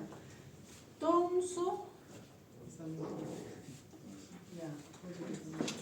Tonsila es amígdala, ¿no es cierto? Hilito, piedra. Entonces son piedras en la amígdala. Muy bien, sigue. Sigue. La siguiente. Aquí se ve mejor en ese esquema. Primero, aquí la amígdala palatina tiene un color aceptable, un color normal, por decirlo así, de toda la mucosa, de toda la boca y deseada. Y en una mucosa no congestiva, en una mucosa normal, están estos puntos blancos, ¿no es cierto? Acá se ve muy rojo, ¿no? Creo que es por el contraste de la pantalla, está medio oscura. Bueno, a ver, no sé, otra cosa, miren, aquí.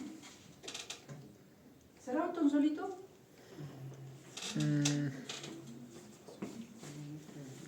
Ya está más crónico.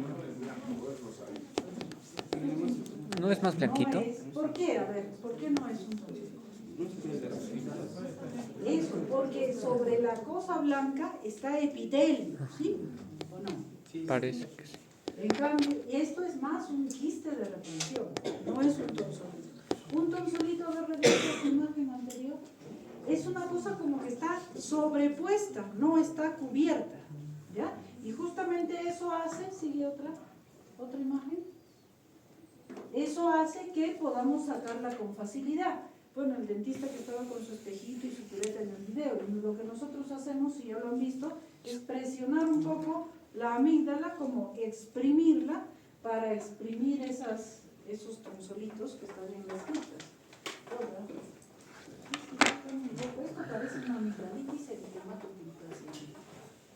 La litosis es un signo típico. En cuanto a la signo, sintomatología que el paciente, lo más común es que el paciente refiere: tengo mal aliento y me salen, el paciente dice, me salen granitos como de arroz o de quinoas, que cuando las toco son un poco duras, y por cierto no tiene una consistencia tan pétrea como una piedra, sino es medio gaseoso, que cuando lo aplastan se destruye y forma un tejido gaseoso con muy mal olor.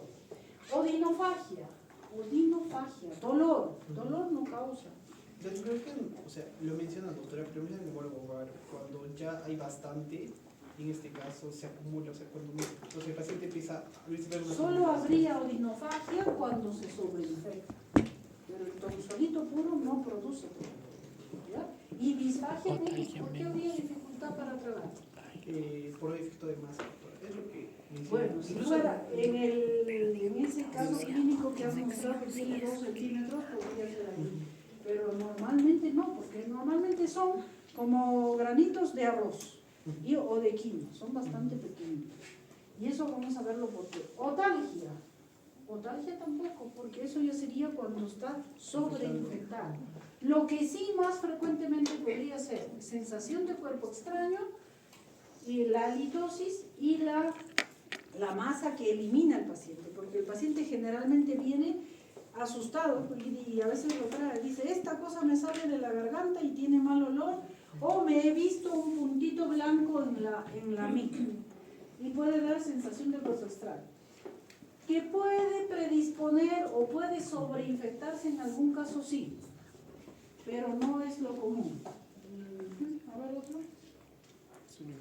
La tomografía, como dijo vuestro compañero, por un tonsolito no vamos a pedir una tomografía, ¿no? Generalmente son hallazgos que por otra razón se le pide la tomografía y pueden ahí ver los tonsolitos.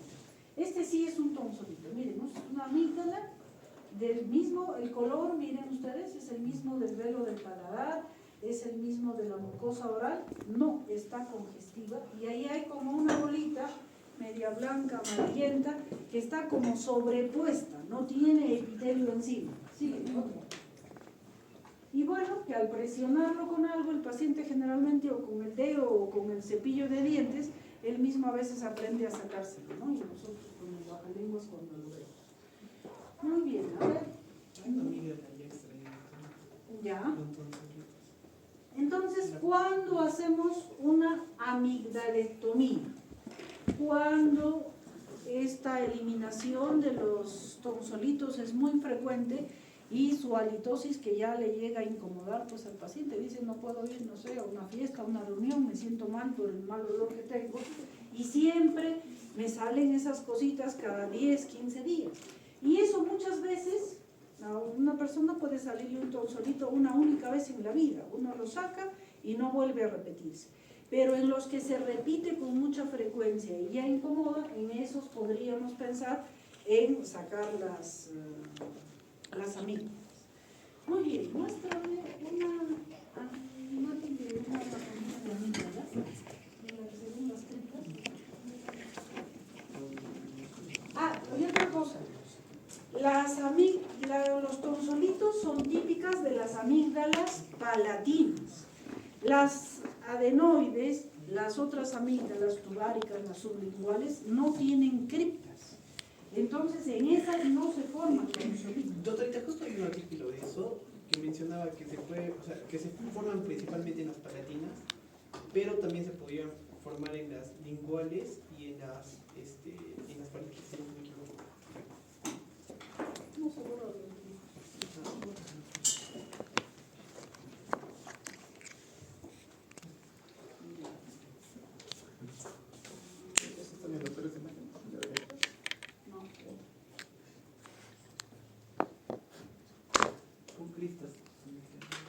Me ha picado una araña. Hace 3 días. ¿De verdad?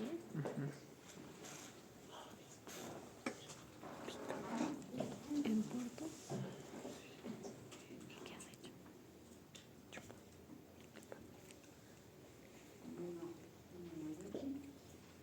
¿Qué araña era? La negra. ¿Verdad que está muy rojo, no? Y a veces es un quiste. Ahí está. ¿Ya? Esta es la anatomía de las amígdalas palatinas. Son las únicas que tienen criptas. ¿Qué son las criptas? Que externamente, y cuando ustedes ven cuando hacen orofaringoscopía, ven una amígdala, ven así pequeños cuando la vemos,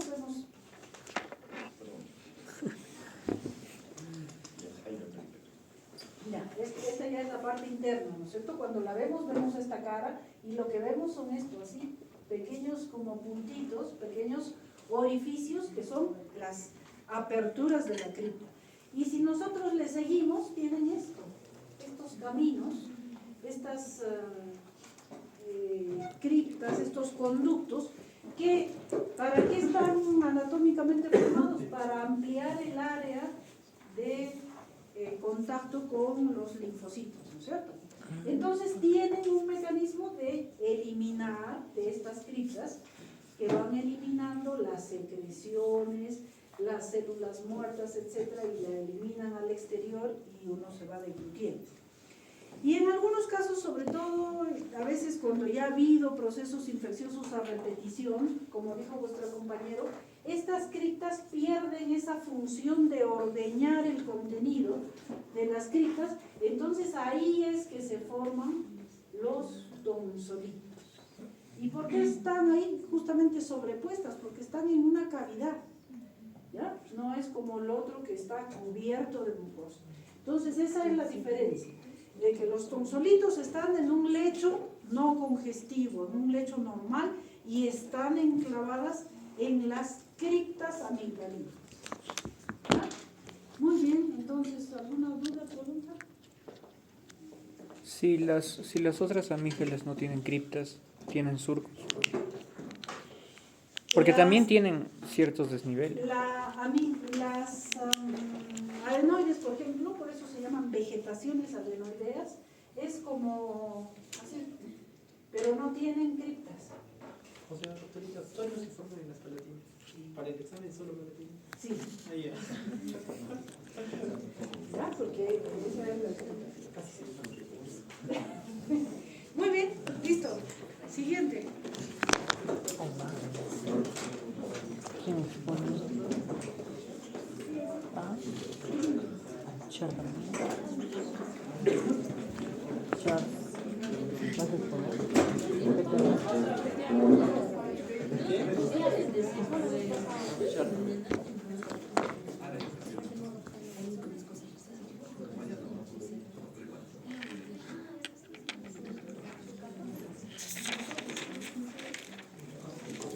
¿Y te ha dolido? No. Me quemó el primer día feo. Me quemó. ¿Qué araña te habrá picado? ¿Cuál habrá sido? Pero no ha pasado nada. No sería veneno.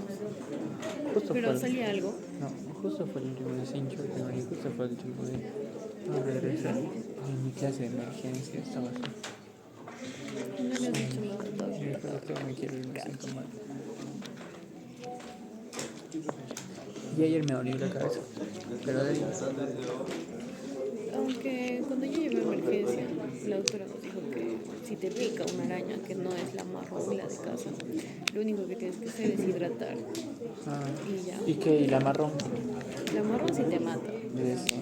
Sí, las que están las que son caseras. Esa te pica y primero se necrosa tu piel. Y luego a los días tu riñón muere. Y te mueres. O sea, no te mueres por la picadura, sino la insuficiencia que te causa. El botoncito. Ya está aprendiendo.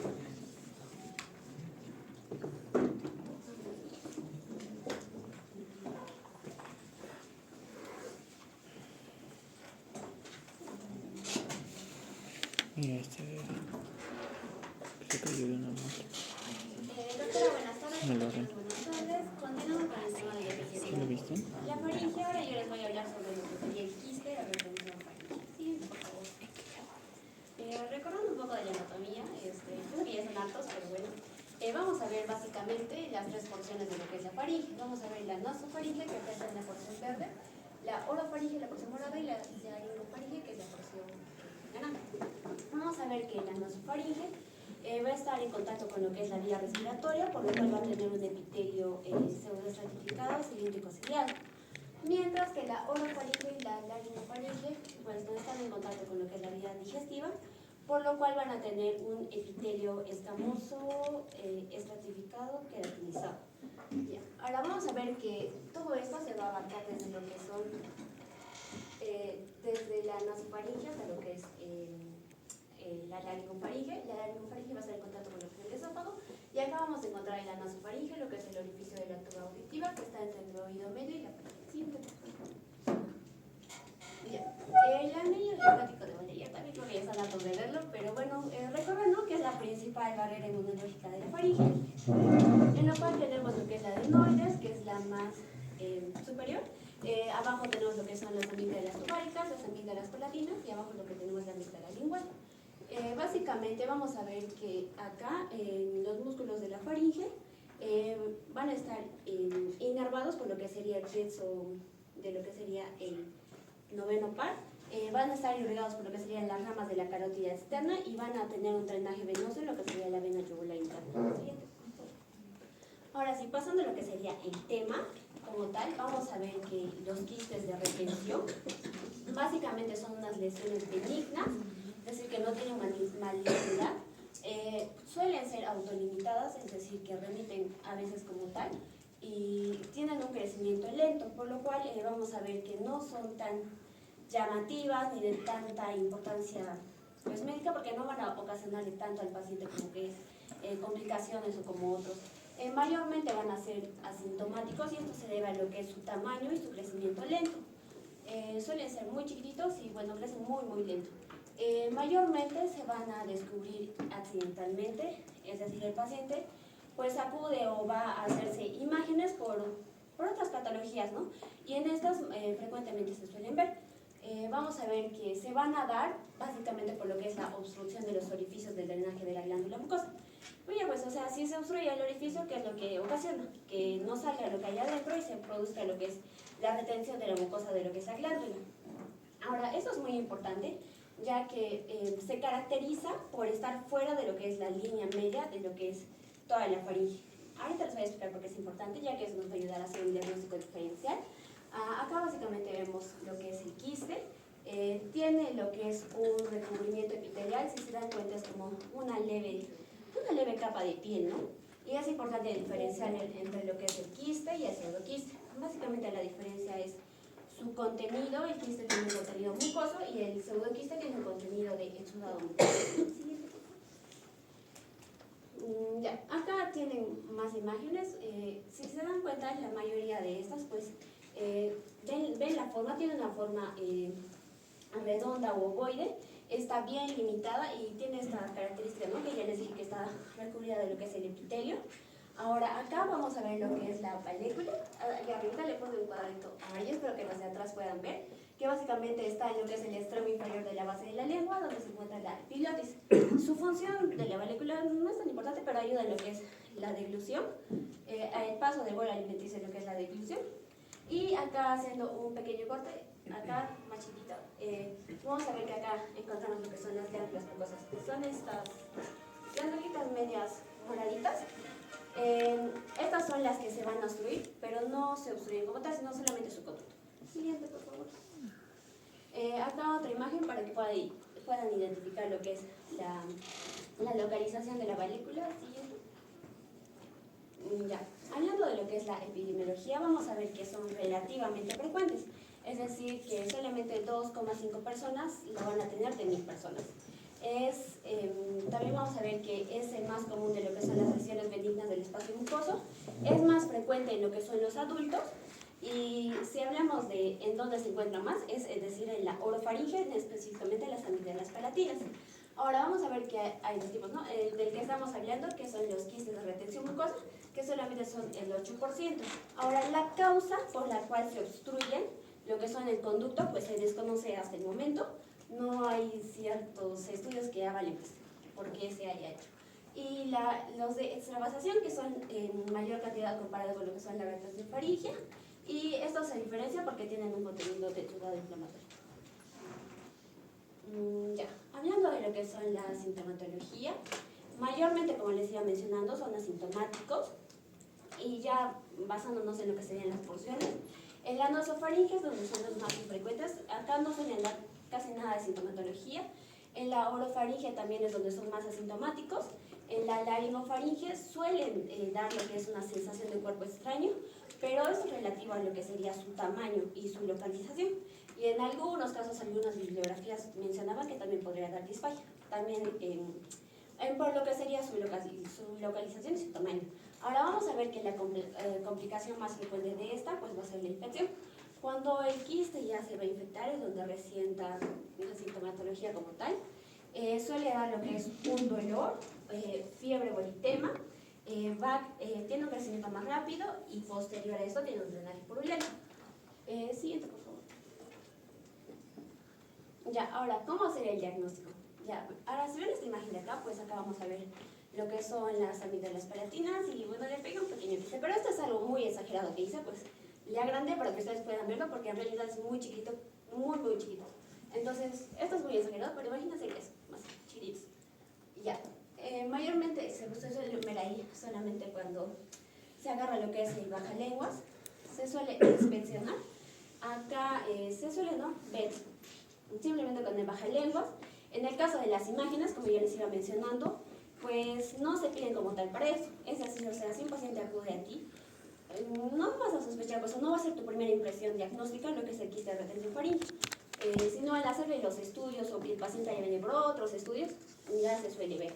Ahora, en las imágenes lo importante es ver al quiste fuera de lo que es la línea media de la faringe. Eso también es importante para nosotros poder ver si es un quiste de retención faríngea. En el estudio anatomopatológico, básicamente es cuando se piensa también que es otra cosa y se decide hacer un estudio.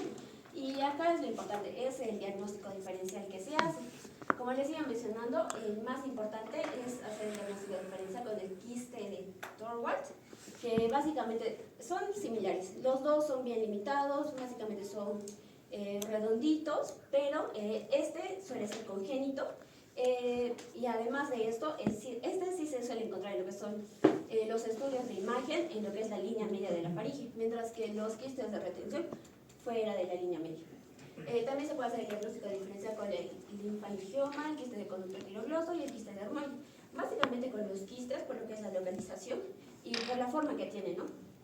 Y también se suele hacer lo que es el diagnóstico diferencial con el carcinoma mucoepidermoide maligno. En caso de que se sospeche esto, lo ideal es pues hacer un descarte de malignidad. Siguiente, por favor. Ya, ¿cómo elegir el tratamiento adecuado y cuál sería su pronóstico? Ahora vamos a ver que si es pequeño y es asintomático, pues se puede dejar al quiste.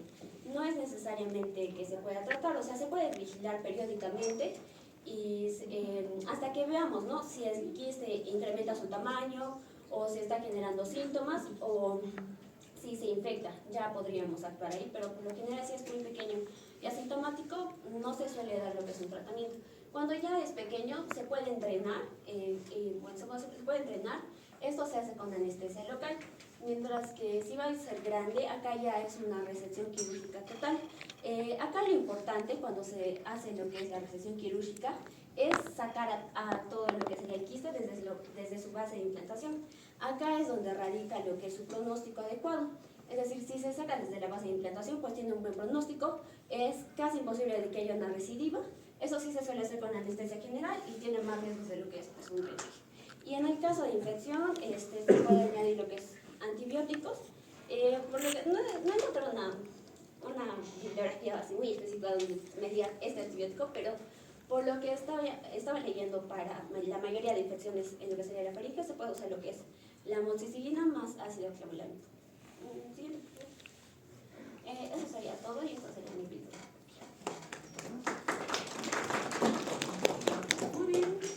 Entonces, a ver, muéstrame una de tus imágenes de quiste de retención. Ahí.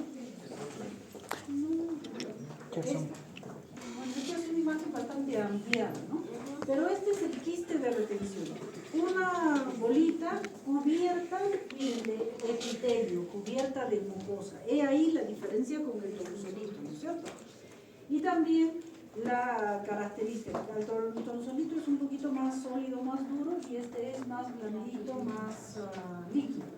Y el tratamiento es súper sencillo, rasgarlo con una aguja, lo hacemos en la consulta, o un bisturí, y aperturamos o provocamos el drenaje de ese contenido líquido y el problema está resuelto. Ahora, en cuanto a la signo-sintomatología, en el tonsolito, ¿cuál era? Y algo más. Por lo que generalmente viene el paciente elimina cositas blancas, ¿no? O se ha visto cositas blancas. Aquí no elimina nada, no tiene halitosis. Lo único que el paciente suele decir, si es que lo ha visto, es: tengo una cosa blanca ahí en la amígdala. Entonces ahí pues vemos que hay que tratarlo de mal. Si es que la anterior a esta imagen, esta. Si es que el quiste, esto es una varícula, miren, esta es la epiglotis, en la parte de atrás hay este espacio, el pliegue glosoepiglótico, está la varícula, un pequeño espacio, que ahí también con cierta frecuencia es común que se formen estos quistes de repente, ¿no? Si es ahí tan abajo, pues ahí sí ya tenemos que dormirlo al paciente y hacerlo con más calma. Y generalmente aquí ya da sintomatología o lo vemos cuando el tamaño ya tiene un tamaño importante, ¿no? Muy bien, ¿qué más? Bueno, esa es la principal diferencia, gracias. Y el corolario sería que no toda cosa blanca en las mucosas necesita antibiótico, ni toda cosa grande necesita antibiótico, porque es muy común que vengan a la consulta y dice eso, me han visto esa cosita blanca en la amígdala y ya llevo como 5 tratamientos antibióticos y no desaparece. No va a desaparecer jamás porque no es infección. Antibiótico no, salvo se sobreinfecte, que ya sería otra complicación. Pero ni el tonsolito ni el quiste necesita antibiótico. Muy bien, gracias, seguimos. ¿Por qué? Yo no estoy viendo. Dari, ¿nos va a dar los exámenes? A ver, lo dejamos para la próxima clase.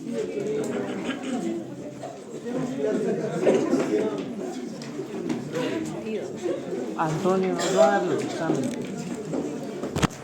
Imagino que sí. Trajo hojas.